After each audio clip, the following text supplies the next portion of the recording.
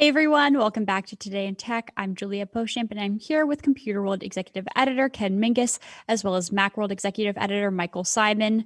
So, Apple's Worldwide Developers Conference, WWDC, is the keynote, at least, was on Monday. Lots of new features announced for all of Apple's operating systems, but notably no hardware announcement. But that's okay. We're gonna It's not start. okay. I'm gonna say. It's not. Okay. I wanted It was hardware.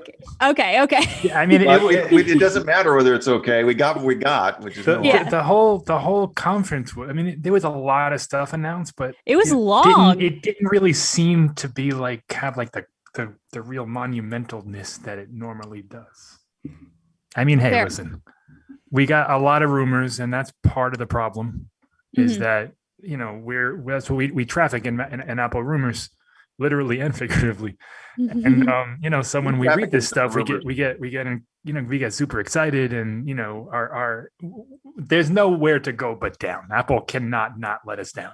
But after the spring loaded event, where we got the iMac and the iPad Pro, AirTag, the iPad Pro, and some of those weren't really necessarily expected. So that was a real fun, cool event. And then this one was like, oh yeah, that's it, just iOS. Okay, fine. So we got iOS, we got iPad OS, the new Mac OS, Watch, the whole slew.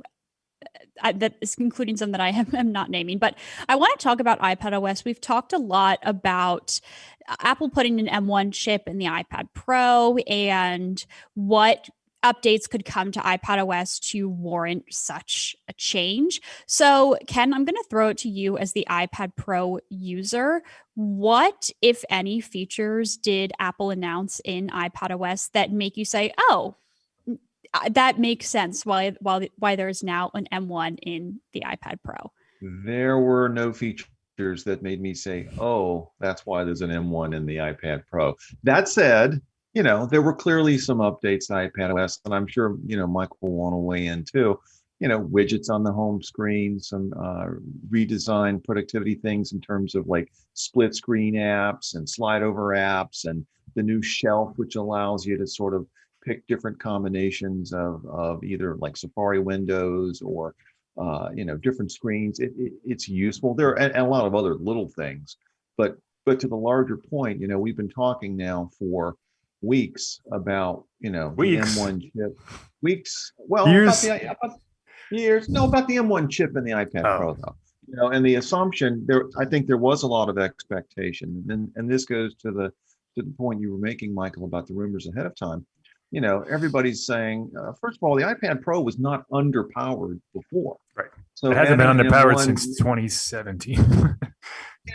So adding an M1 chip makes one think or hope, certainly a lot of users hope, that there would be a lot of software changes and apps and things like that that could really take advantage of the M1. And we didn't see that, and that's a bit of a disappointment. Again, the things that are coming out with iPad OS will be really useful. They will require a little bit of your memory, how you move, how you navigate through the iPad. You're gonna have to change that a little bit because these things are slightly different. But and correct me if I'm wrong, Mike, I didn't see anything there that was M1 worthy, as it were. There's nothing there that's even iPad Pro worthy in my estimation. There's no reason, and there hasn't been since Apple released the iPad Pro, to buy one. None. Yeah. Particularly when the iPad Air exists. It's what are we supposed to do with the extra speed? What are we supposed to do with the extra RAM? There's 16 gigs of RAM. You can spend $3,000 on an iPad Pro if you want, which you'd be out of your mind to do that, but you could. Yeah. What are you getting? When you spend $3,000 on a MacBook or a Mac Pro or an iMac, you're getting more for your money. The average person wouldn't do it because we don't need it, but the person who does, a professional, whoever you are, you're buying that machine because you need more memory, you need more storage, you need more RAM, you need more of what Apple is giving you. I don't believe the person exists that needs that type of speed and that type of power in an iPad. You might want to convince yourself that you do. And no offense to anyone who's bought one, they're really nice I convince machines. myself of that all the time. but Yeah, it's I mean good. they're great machines. If you want one, go ahead and get one. What I'm saying is there's no reason for it to exist. Yeah. And that I think is the fundamental problem with its identity, because Apple is trying to sell us on this Pro moniker, and the iPhone Pro makes sense. It's bigger for one. The Max is bigger. There's a couple extra features. There's extra camera stuff, and before you had the OLED versus the LCD screen. You're getting more there, and you're getting things that people who are real high end iPhone users will appreciate and want. So yeah, the iPad Pro, the 12.9 inch iPad Pro has a nicer screen. I'm testing one now. I got to tell you, Thoughts? if you handed it to me and said, tell me which iPad this is, I would not be able to tell you. 2018, 2020, Oof. or 2021. And that's not. You have one that you can put side by side. I do. And when you put them side by side, you can tell, but that's not like I shouldn't have I to do know. that. I know. Most people I don't shouldn't do have- that. Right. Like with the iPhone 10, when Yeah. they introduced OLED, Mhm. Yeah, love you that. could tell It was a immediately. great phone. You could tell. It was a great phone. Yeah. You could, I think, when I picked it up, the blacks are darker when it restarts. You don't have that backlighting. You could tell. The iPad Pro, and listen, I'm not knocking any of these iPad Pro. It's because it's so good, and it's because the iPad is so good. I mean, Mhm. people, you can barely tell the difference between the laminated and the non-laminated displays. They are really good. They're really good. We've actually got a few questions here. A few from questions. LinkedIn. I'm leaving. Yes, And he's yes, gone. from Okay. LinkedIn. Some really I'm great not questions. prepared for this. Let's go. So first, someone's asking, what about the in-display camera? Maybe to like differentiate like the iPad Pro. I mean, sure, but I don't think that's ready for prime time yet. It would be cool if And- they could do stuff like that. And someone else said about operating systems.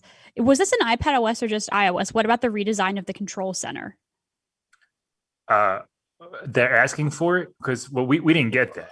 Yeah, I was going to. I don't remember seeing a. I think it's like what happened to it. Yeah. I mean, I don't know if that was ever rumored. I wouldn't be opposed to that. There are ways Apple could do it. That wasn't on the list this year. What we did get was a redesign to multitasking. Yeah. And widgets. yeah, widgets are, we got iOS 14 a year late basically, but the multitasking stuff, I mean, what they did was they realized that most people have no idea it's there. Yeah. So they made it easier to find. But the people who use the iPad Pro know it's there. They use it. They have muscle memory ingrained, and it's not gonna change. Like the way you use it, Ken. You're gonna use it the same way because you know what you're doing. Yeah. So what they did was they added a little thing that should have been there all along.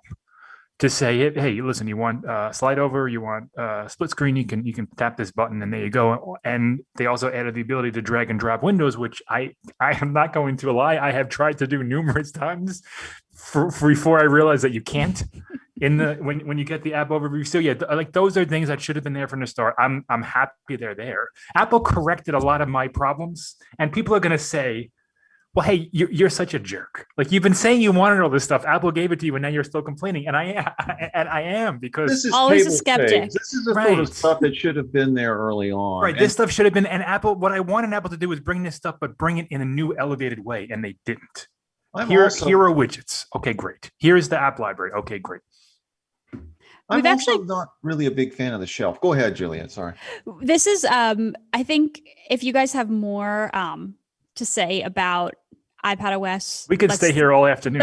Okay, so let's pause and move on because we have another question that we've discussed in the past, but this is targeted. This person right now is wondering.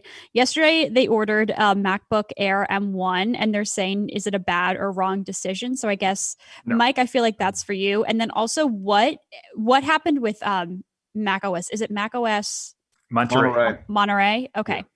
What's new in any, macOS? Any M1 Reassure Mac purchase, any M1 Mac purchase right now is not a mistake. They're great machines.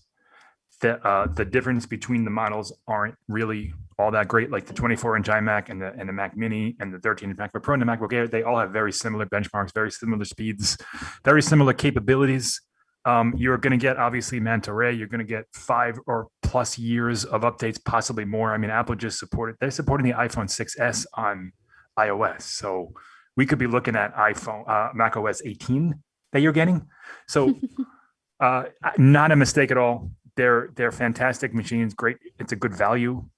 There's nothing at all wrong with them. We're waiting for higher end machines, which if you're looking at the MacBook Air, it doesn't matter anyway, because those are going to be thousands of dollars and they're not necessarily what you want or what you need. Even if Apple comes out with an M2 MacBook Air in September, I don't think there's any issue to worry about the one you're buying now. Which is also highly, highly unlikely. Well, I don't know about highly. I mean, Apple's cadence, we don't know yet. It could be a yearly cadence for the Mac. We don't know. But what I can tell you is it'll be a little bit faster. You know, maybe an extra Thunderbolt bolt port or two, but nothing like fundamentally different than what we got. Even if they give a new design, a redesign of these, slightly smaller bezels, and it's like the iPhone. It'll be a little bit better, but you can be happy with the one you had last year. Fair enough. So I think let's maybe talk a little bit about. I can't argue about iPad anymore. Well, I just want to say one more thing about iPad OS, Juliet, if I'm okay, please. No, do. I'll be quiet about it. The shelf. Okay. The shelf that sits there. I found myself at one point using the new, Safari's been tweaked and how it works and where things are.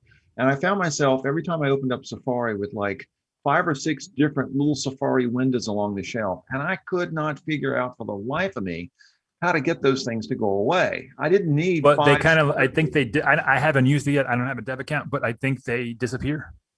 Like they appear. Well, and then when you start using Safari, they go away. You move the cursor a certain way, they slide. It offends my OCD that these unused and you turn windows, is there and a you setting try to slide them up off the shelf to make them go away, and they don't. Is there a setting to turn it off? Probably shouldn't be getting into too much of the dev stuff because it's still not out in public beta. But you're allowed to talk about it in like factual terms.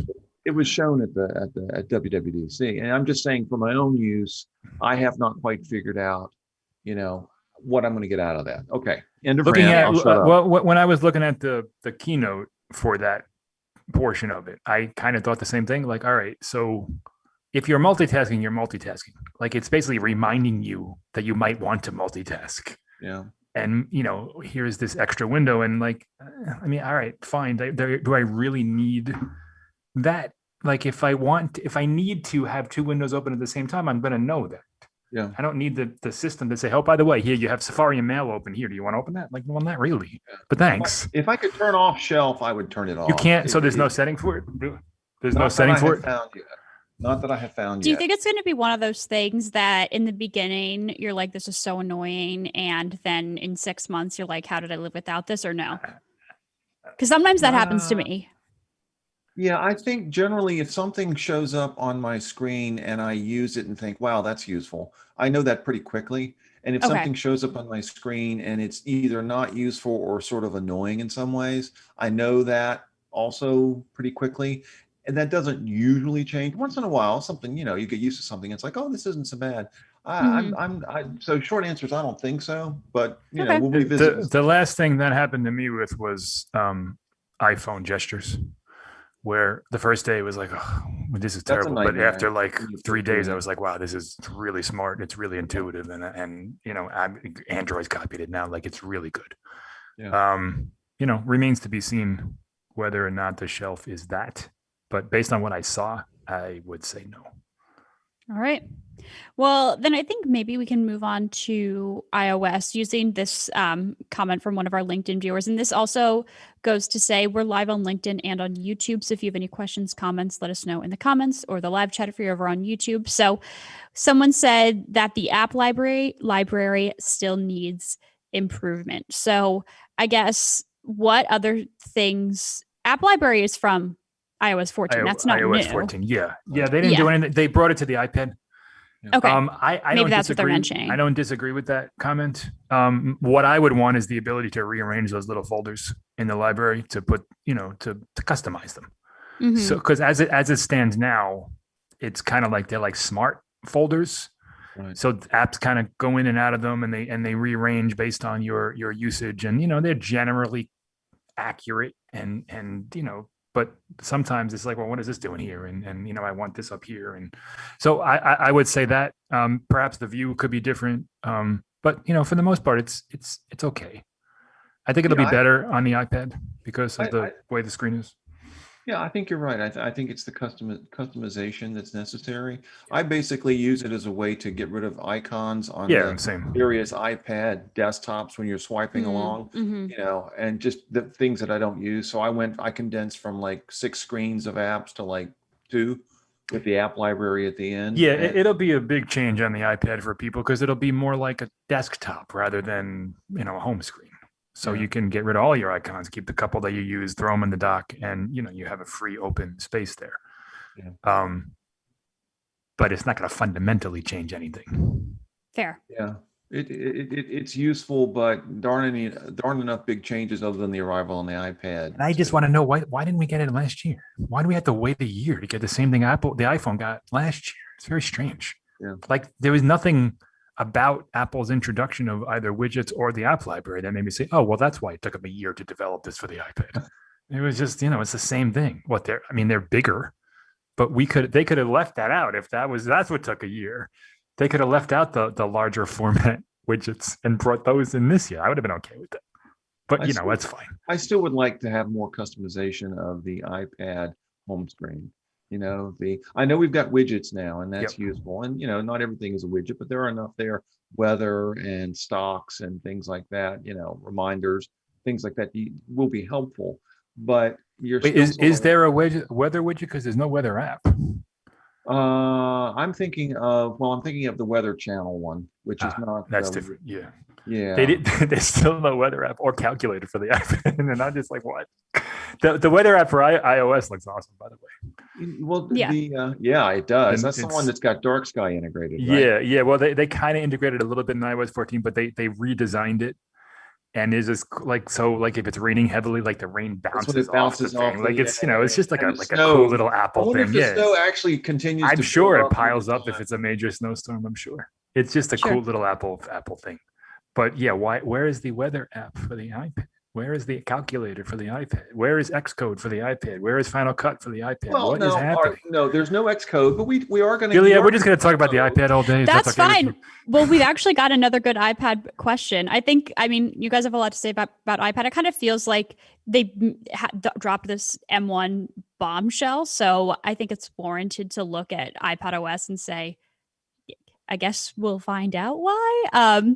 But someone said, should I buy an iPad Pro with M1 chip and buy a keyboard to use it as a laptop? Or I mean, I need a lot more information before I answer that question. But I mean, fair. Listen, if you have the money and you're going to use your iPad every day for work or whatever you're doing, and you want the comfort of a keyboard, and you're going to use it, say 5 hours a day, 5 to 8 hours a day, like an actual work machine, like I use a Mac. Absolutely buy one. It's a fantastic machine. Fantastic. It's just what's your job? What are you doing? It. Right. Well, there's all that. Whether or not you can use one, and then just don't expect it to be more than an iPad. It's an iPad with a keyboard. That's what it is. It's not going to transform it into something better.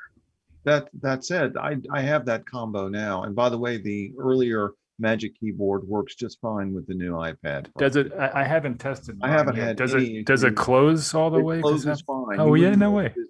There's no difference. Look at Apple trying to get people to that question. No, a lot of it depends on, as Michael says, what are you going to do with it?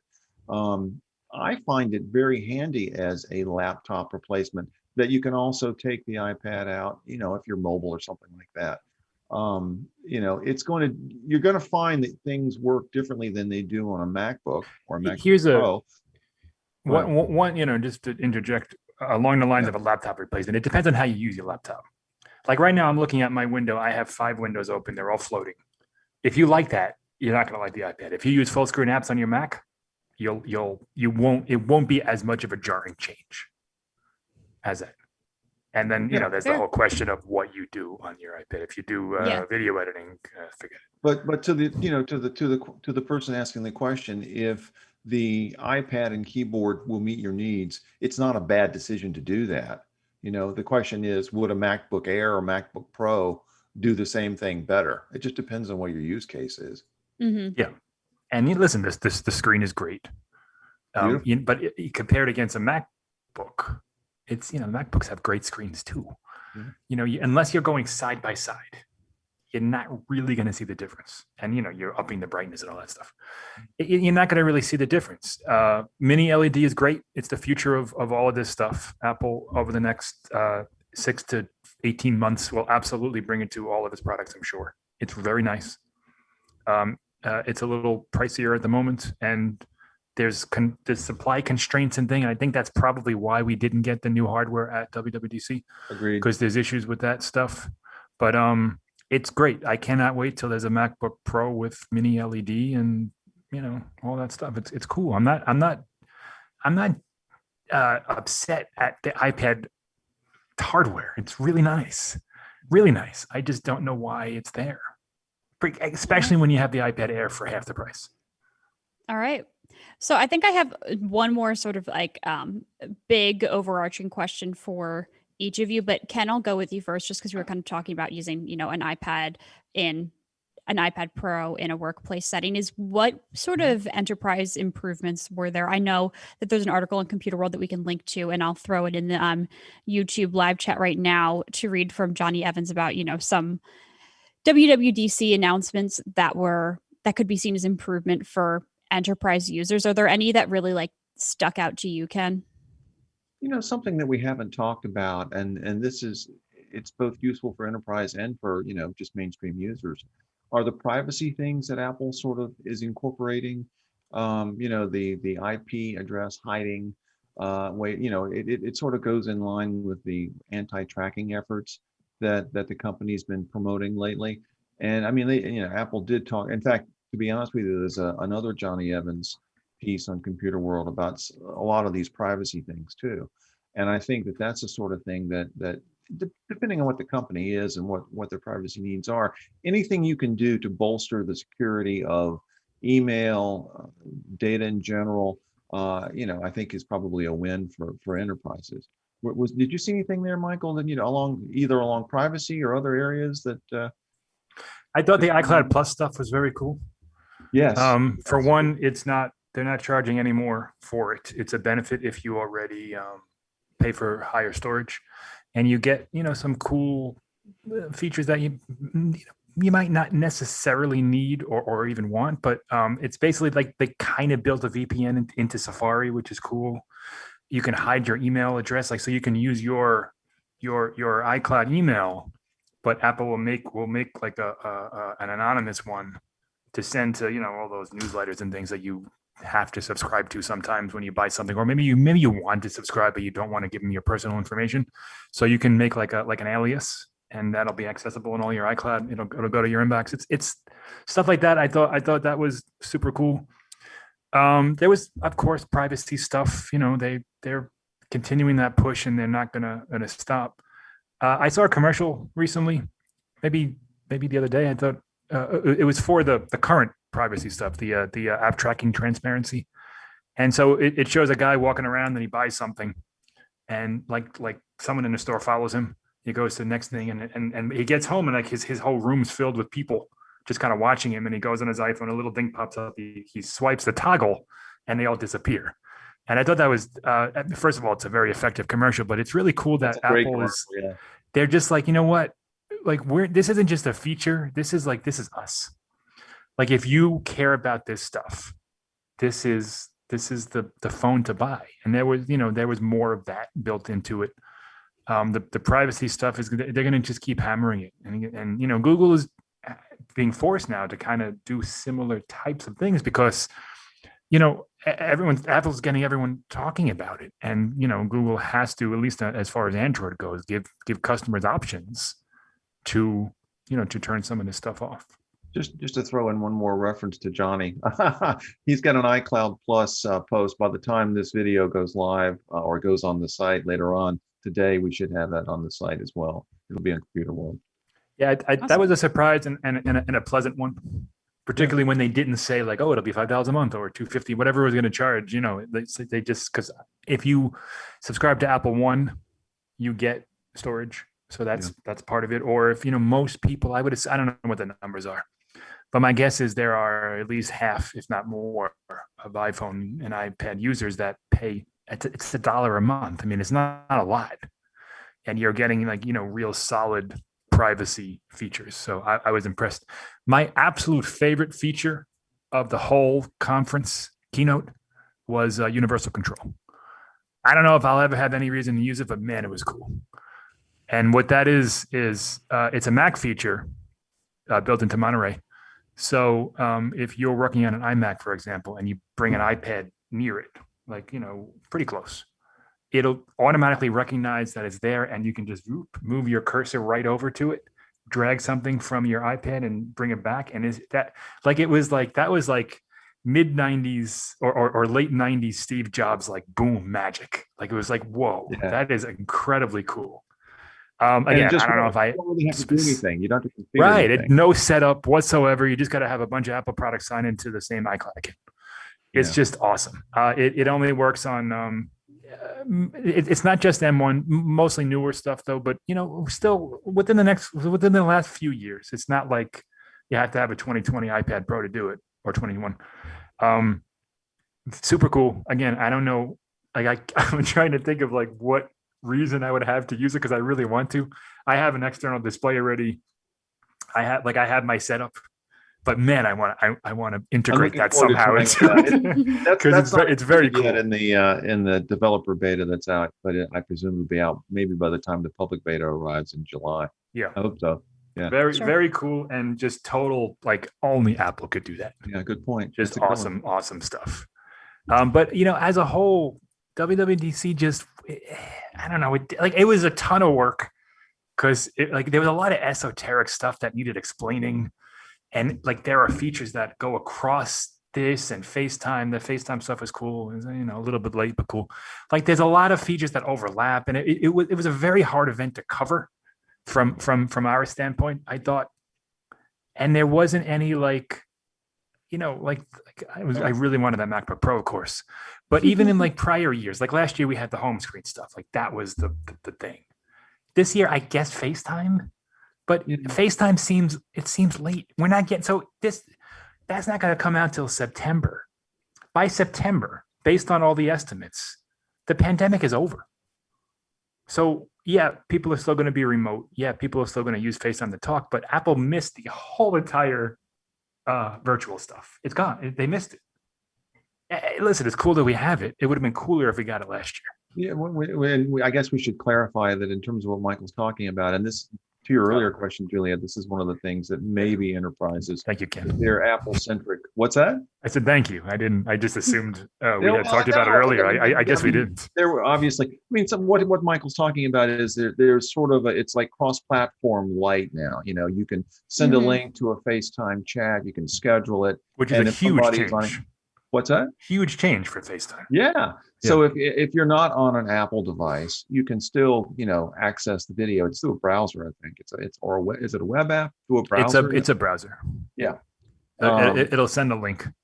Yeah, that's what I'm saying. There's also new audio options and new video options. You can now look at people in a grid format rather than those floating squares. They really made it a somewhat of a Zoom. Chasing Zoom. Yeah, but chasing Zoom when Zoom's already lapped them twice.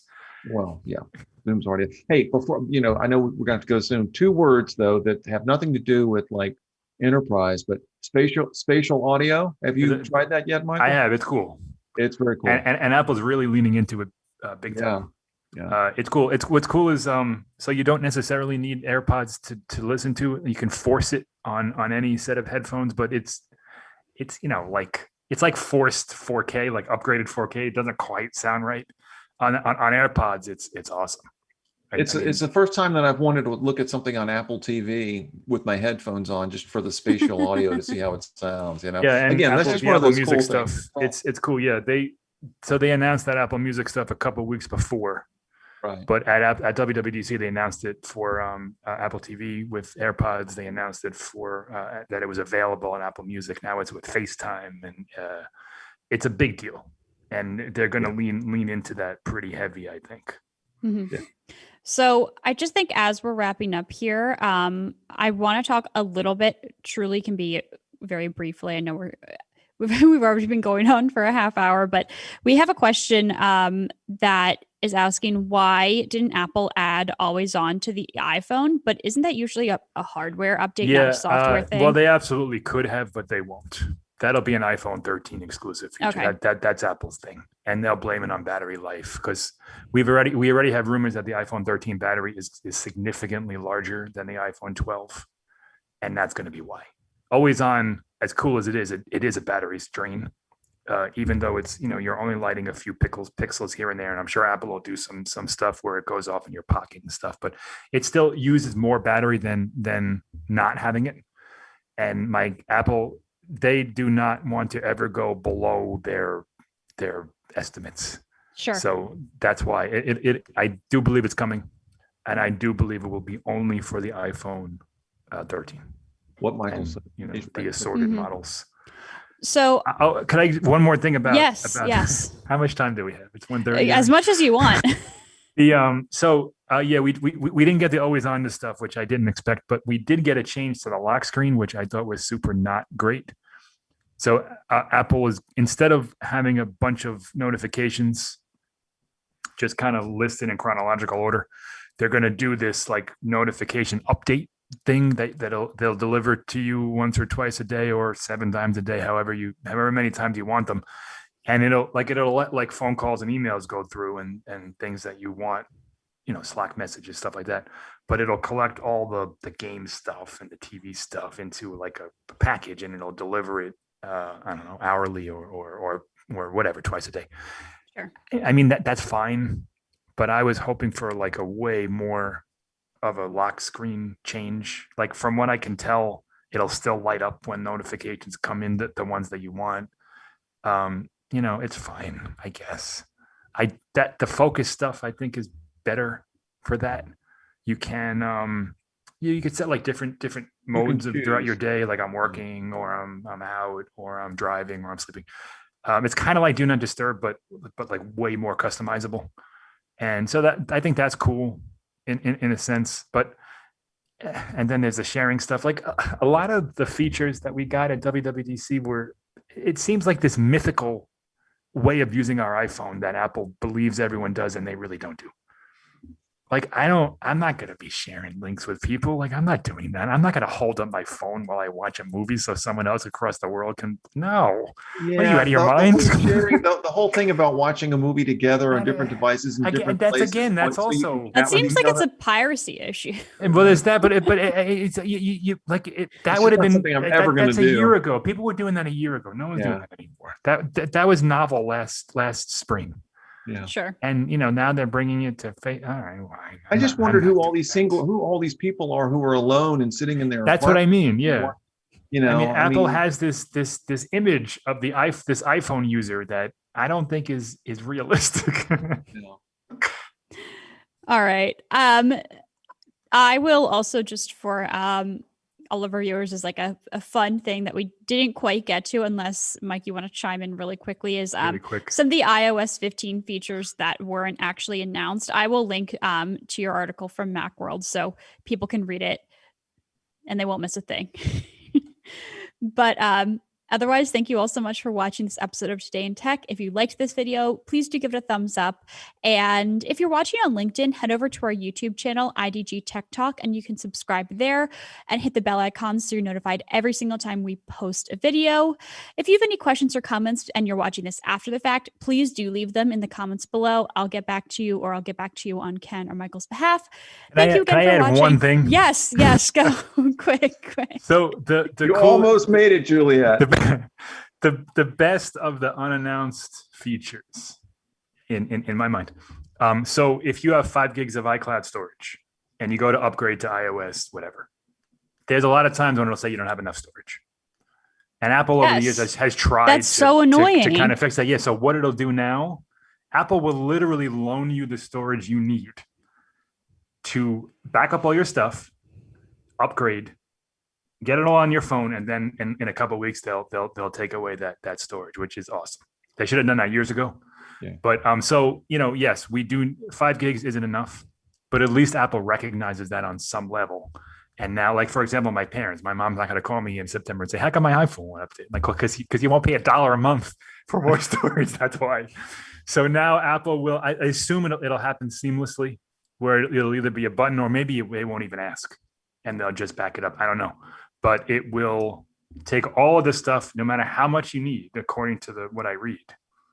So if you have 20 gigs of photos, it'll take all that stuff, back it up, sends it to the new, hold it while the operating system updates, brings it back to your phone, your new phone, or your, not your new phone, your same phone with the new OS.